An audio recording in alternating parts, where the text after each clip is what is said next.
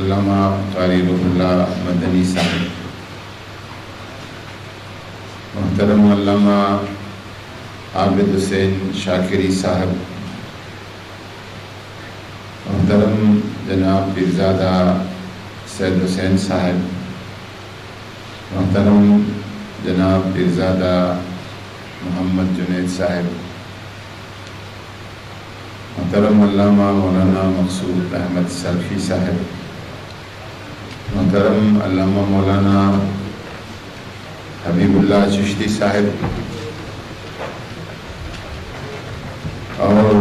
ابھی ہمارے ہاں تشریف لے آئے جناب علامہ مولانا یوسف شاہ صاحب، آپ کو خوش آمدید بھی کہتے ہیں اور آپ کی آمد کا ہم شکریہ بھی ادا کرتے ہیں۔ یہاں پر جتنے بھی محترم علماء و مشائخ بیٹھے ہیں اور جتنے ہمارے صحافی دوست تشریف فرما ہیں، میں سب کا شکریہ ادا کرتا ہوں اور بطور خاص علامہ محمد طیب قریشی صاحب کا شکریہ ادا کرتا ہوں کہ آپ نے ہم سب کو تمام مسالک کی نمائندہ شخصیات کو اکٹھے ایک ہی سٹیج پر اور ایک ہی پلیٹ فارم پر بٹھانے اور جمع کرنے کا یہ فریضہ سر انجام دیا۔ آپ کے خاندان نے ہمیشہ پشاور میں اتفاق اور اتحاد اور یکجہتی اور امن و امان کی روایات کو قائم رکھنے کے لیے کوشش کی ہے۔ آپ نے بھی اسی روایات کی پاسداری کی ہے، فجزاکم اللہ خیر الجزا۔ میں اپنے دوستوں کی طرح اختصار سے کام لینے کی کوشش کروں گا اور چند نکات واضح کرنے پر اکتفا کروں گا۔ سب سے پہلے حضرت مولا علی کرم اللہ وجہہ کی طرف ایک قول منسوب ہے جس میں آپ فرماتے ہیں کہ معاشرے کے دو طبقات ہیں، اگر یہ دو طبقات بہتری کی طرف چلے جائیں اور اصلاح کی کوشش کریں تو سب کچھ ٹھیک ہو سکتا ہے۔ اور وہ دو طبقات آپ نے فرمایا کہ العلماء والامراء، ایک علماء کا طبقہ ہے اور ایک حکمرانوں کا طبقہ ہے۔ اور میں اس کو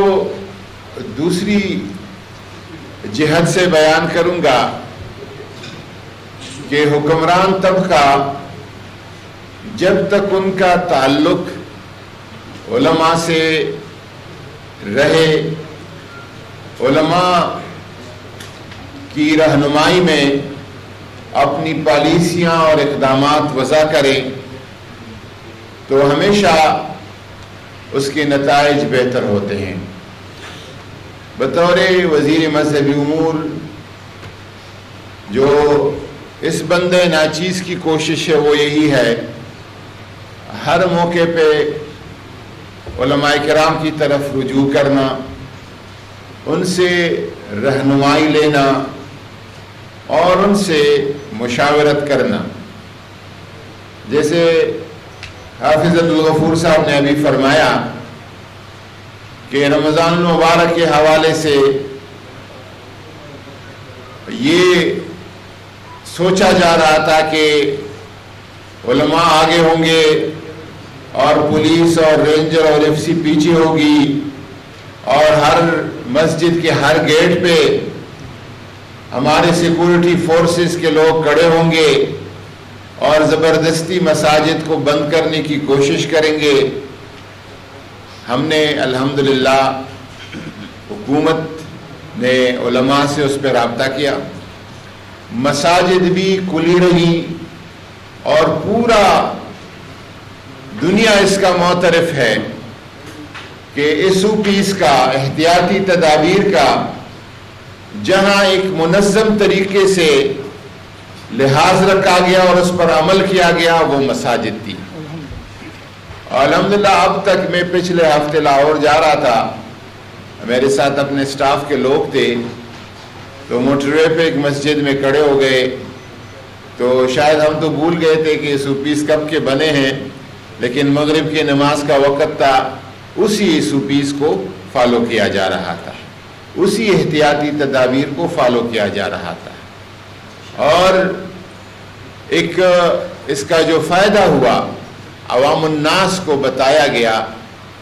کہ ایسے حالات میں، اضطراری کیفیت میں، ایمرجنسی حالات میں یہ شریعت آسانیوں کا شریعت ہے، یہ دین سہولتوں کا دین ہے، اور اس میں بہت ساری گنجائشیں موجود ہیں. تو اس حوالے سے ہمارا جو کام ہے وہ یہی ہے کہ حکومت اور علماء کے درمیان ایک رابطہ، اور رابطہ یہی کہ علماء کا جو پیغام ہے وہ حکمران طبقے تک پہنچایا جائے، اور حکمران طبقے کا اصلاح اور خیر کا جو سوچ ہے تاکہ غلط فہمیاں نہ ہو وہ علماء تک پہنچایا جائے. اس مقصد اور اس مشن کے تحت ہم کام کر رہے ہیں. آج کا جو یہ نشست ہے اس حوالے سے کہ پاکستان اللہ تبارک و تعالیٰ کے فضل و کرم سے یہ ملک بہت سارے طوفانوں سے نکل گیا ہے، اور اس ملک کو تباہ و برباد کرنے کے لیے گزشتہ 4 اشروں سے 80 کی دہائی، پھر 90 کی دہائی، پھر 2000 کی، اور پھر 2010 سے اب تک یہ 40 سال اس ملک کو تباہ کرنے کے لیے ہر کوشش کی گئی. یہاں پر لسانیت کے نام پر فساد برپا کرنے کی کوشش کی گئی، قومیتوں کو لڑانے کی کوشش کی گئی، صوبائی تعصبات کو پروان چڑھانے کی کوشش کی گئی، بلوچستان کارڈ کو چلانے کی کوشش کی گئی، سندھ کارڈ کو استعمال کرنے کی کوشش کی گئی، طالبانائزیشن کی چیز کو ہوا دے کر اس ملک کو منقسم اور منتشر کرنے کی کوشش کی گئی. اللہ کے فضل سے یہ ملک قائم ہے اور قیامت کی صبح تک انشاءاللہ تعالیٰ قائم و دائم رہے گا. اس میں اب جو جس چیز پر بہت زور دیا جا رہا ہے، میں چونکہ بہت ساری چیزیں ہیں جو کہ جن کا مجھے ادراک ہے، مجھے اس کے بارے معلومات ہیں، اب جو چیز اس ملک کے خلاف کھیلنے جا رہا ہے اور ہمارے ازلی اور ابدی جو دشمن ہیں ہمارے سرحدوں پہ وہ کر رہے ہیں، وہ یہاں پر سنی اور شیعہ، بریلوی اور دیوبندی اور اہل حدیث ان اختلافات کو ہوا دینے کی کوشش کر رہے ہیں، اور مختلف ان کے لوگ بیٹھے ہیں سوشل میڈیا پہ، اور وہ ایسی چیزوں کو پھیلانا چاہتے ہیں جس سے یہ منافرت اور یہ انتشار پیدا ہو. ایسے حالات میں حکومت اپنا کام کر رہی ہے اور انشاءاللہ کر کے دکھائے گی. یہ کوئی اس خوش فہمی میں نہ رہے کہ ریاست اور ریاست کے ادارے ان چیزوں پہ خاموش رہیں گے. پاکستان کو بچانے کے لیے بہت بڑی قربانیاں ہوئیں. پاک فوج نے اپنے جوانوں کا جو خون کے نذرانے پیش کیے ہیں اس طرح رائگان نہیں جانے دیں گے. اس ملک کو وہ ادارے جن کی ذمہ داری ہے اپنا کام کر رہے ہیں اور دکھائیں گے. لیکن ہمارے علماء کا جو پیغام ہے وہ یہ ہے کہ اس طرح کی جو بھی کوشش ہے افتراق اور انتشار پیدا کرنے کی اس کی قلعہ کریں، اس کا تدارک کریں، اس کا علاج کریں، اور بطور خاص ائمہ اہل بیت اطہار اور حضرات صحابہ کرام رضوان اللہ تعالی عنہم اجمعین اور ازواج مطہرات بزرگان دین مسلم دینی اور روحانی جو ہماری شخصیات اور مقتدی ہستیاں ہیں، ان کے خلاف جو ہرز سرائی کی جا رہی ہے،